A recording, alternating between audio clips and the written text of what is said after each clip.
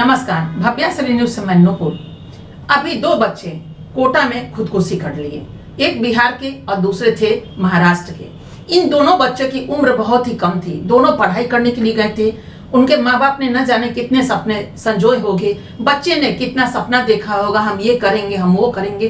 कोटा एक ऐसा प्लेटफॉर्म है, एक ऐसा जगह है जहाँ पे न जाने अपने भारतवर्ष के कितने सारे बच्चे अपने सपनों को लेकर जाते हैं और कुछ साकार कर पाते हैं, कुछ आधे अधूरे में रह जाते हैं और कुछ बच्चे हर साल खुदकुशी कर लेते हैं। और ये सिर्फ कोटा की बात नहीं है, अन्य जगहों पर भी ऐसा होता है। हाँ, कोटा की बातें जब भी ऐसी आती है तो वो लाइट में आ जाता है और तब निकाला जाता है हर साल का आंकड़ा कि कितने बच्चे खुदकुशी कर चुके हैं। क्योंकि जब जब ये बातें घटनाएं सामने आती है, खुदकुशी वाली बातें, तब तक ये पूरा का पूरा आंकड़ा हमारे आंखों के सामने छा जाता है और पुरानी दिनों में हम लौट कर चले जाते हैं तो एक आशा निकलता है कि इतने हमारे बच्चे खुदकुशी कर चुके हैं। जी हाँ, ये जब पढ़ते हैं समाचार या फिर जब जानकारी प्राप्त होती है तो दिल दहल सा लगता है, दहल जाता है और लगता है ये क्या हो रहा है। ये बच्चे हमारे आखिर खुदकुशी करने पर आमदा क्यों हो जाते हैं, क्यों ऐसी कौन सी चीजें जो है उनका अंदर अंदर खा जाती है और कौन सी ऐसी मजबूरी होती है जिसमें वो अंदर अंतोगत्वा ये सोचते हैं कि खुदकुशी ही इसका एक नतीजा होगा, इसका परिणाम होगा, आराम से खुदकुशी कर लीजिए, समस्या का निदान हो जाएगा। नहीं, खुदकुशी समस्या का निदान नहीं हो सकता है।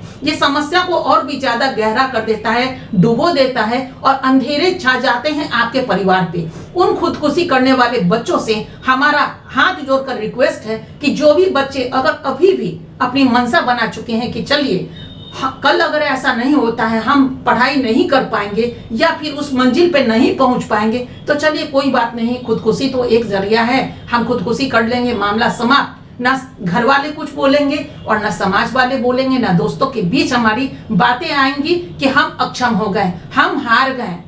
बस हमारा इतना ही कहना है कि हार के बाद भी एक जीत है, जो जीत को आपने अभी नहीं देखा है। हम खासकर उन बच्चों से ये कहना चाह रहे हैं और उन बच्चों के लिए ये वीडियो है कि कृपया कर आप खुदकुशी ना करें, क्योंकि हमारे कदम बेटियों के लिए तो आगे बढ़ गए।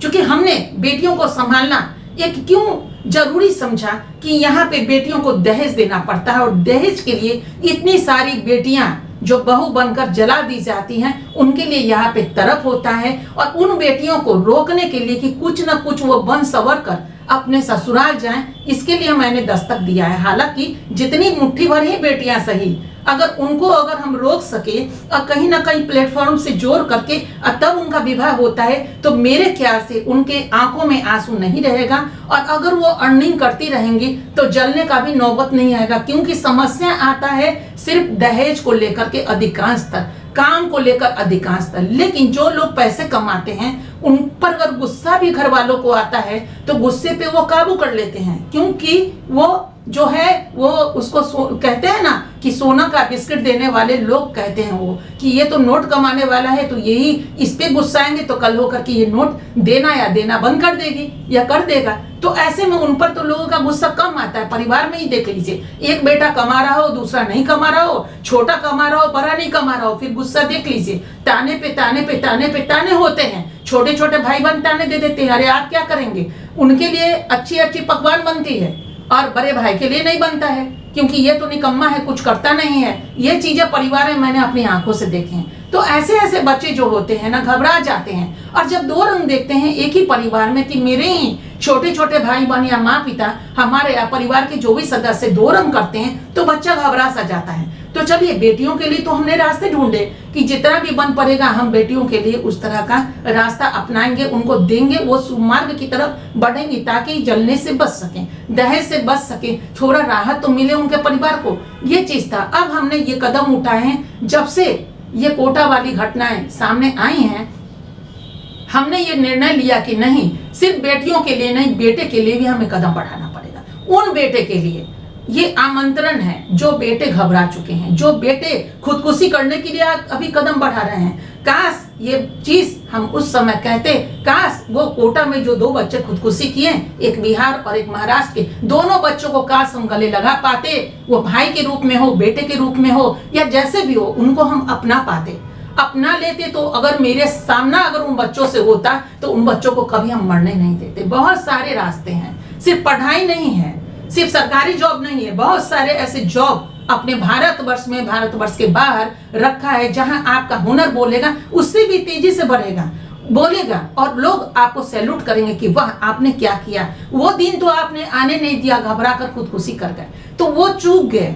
जो चीज में हम चूक गए, बच्चे चूक गए, उसमें फिर हम दोहराएंगे नहीं ये बात कि जो चला गया इस दुनिया से उसको लाना संभव नहीं है, क्योंकि सभी लोग जानते हैं जिंदगी नहीं मिलती दोबारा। लेकिन अभी जो भी जिंदगी है उनको हम बचाना चाहते हैं कि जो बच्चे ऐसा सोचते हैं कि घर वापसी जाएगी, चूंकि माँ बाप बहुत कुछ गिरवी रख करके वो अपने सपनों को साकार करने के लिए बच्चे पे पैसे ले लेते हैं कि मेरा बच्चा जब कमाएगा तो हम ये कर्ज चुकाएंगे, अपना जमीन छुड़ा लेंगे और इस तरह वो कर्जदार बन जाते हैं। और कर्जदार के बाद जब उनपे ये दावा किया जाता है मेरे पैसे लौटाओ, तुमने लिए थे 2 साल के, तुम्हारा बेटा तो फेल कर गया, और उसके बाद माँ बाप विचलित हो जाते हैं। टेस्ट में भी अगर बच्चे फेल होते हैं तो यह समाज तक बात जाती है, उनके समाज तक जहां से उन्होंने कर्ज लिया, और ऐसे में माँ बाप डांट देते हैं देखो तुम्हारा नंबर क्यों कम हुआ, अगर नंबर कम आएगा तो तुमको नौकरी नहीं मिलेगी, नौकरी नहीं मिलेगी तो फिर ये जो कर्ज मैंने लिया तुम्हारे लिए ये कैसे चुकता होगा। ऐसी ऐसी बातें मैंने सुनी है, मैंने देखे हैं बहुत सारे बच्चों को खुदकुशी करते हुए,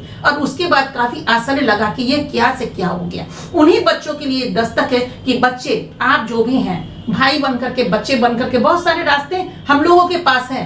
हमारे पास जो जितने भारतवर्ष के लोग हैं, कमी नहीं है किसी चीज की, लेकिन अगर आप ये कदम उठाना चाहते हैं खुदकुशी जैसी, तो अपनी जिंदगी को मेरे पास डोनेट कर दीजिए। डोनेट होता है ना, लोग मरने के बाद आंख भी दे देते हैं, किडनी भी दे देते हैं, बहुत कुछ ऐसा मैंने जिंदा रहते हुए भी एक किडनी लोग डोनेट कर देते हैं। लेकिन जब आप मरने वाले ही हो, आपने ये निर्णय कर लिया कि मुझे मर ही जाना है, मुझे इस जिंदगी से कोई मोहब्बत नहीं और परिवार से भी कोई मोहब्बत नहीं, जब इस निर्णय पर आप आ गए हैं तो 2 मिनट ठहरिएगा जरूर, मरने से पहले ठहरिएगा और मेरे विषय में जरूर सोचिएगा।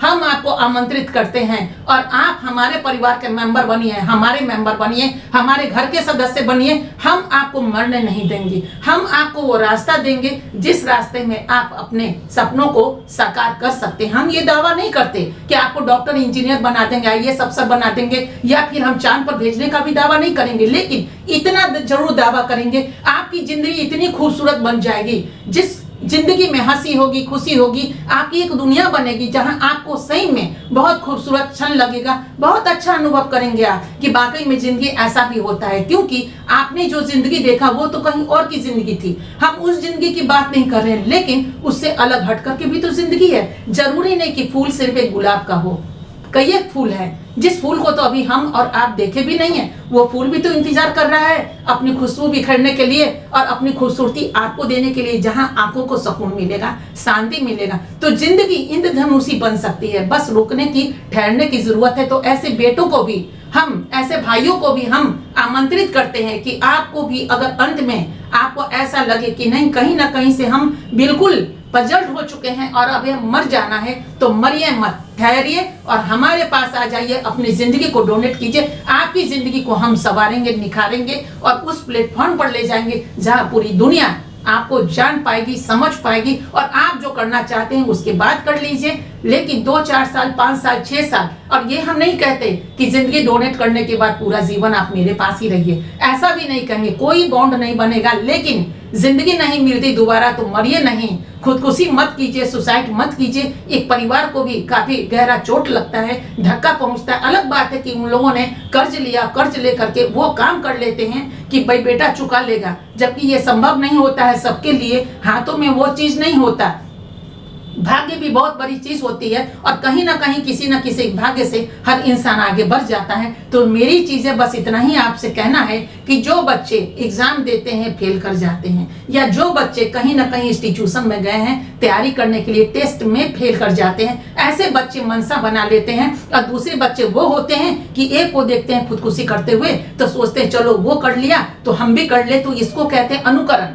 अनुकरण करना, तो अनुकरण करने से पहले आप थोड़ा सा सोचिएगा जरूर। और हम दोनों हाथ जोड़ के आपसे ये रिक्वेस्ट करना चाहेंगे, ऐसा कदम मत उठाइए जिससे हमारे बच्चे कम हों, हमारे परिवार को ये दर्द मिले और जिंदगी भर का दर्द मिले। और दर्द तो समाज को भी मिल जाता है आपके चीजों को सुन करके, आपके समाचार को सुन करके कि ये बच्चा कल तक जो मेरे पास समाज में खेलता था आज चला गया। और जिनको हम नहीं भी जानते उनके विषय में भी जब हम पढ़ते हैं, सुनते हैं तो बड़ा दर्द होता है। और इन्हीं दर्द को कम करने के लिए बस राहत भरा एक संदेश है कि वो बच्चा हमें ज्वाइन कीजिए, मेरे पास आइए।